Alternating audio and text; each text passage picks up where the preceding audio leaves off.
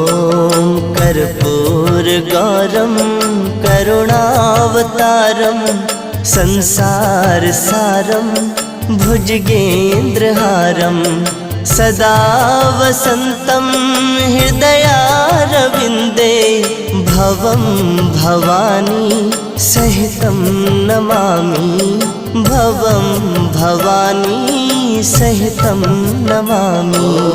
कर्पूरगौरं करुणावतारं संसारसारं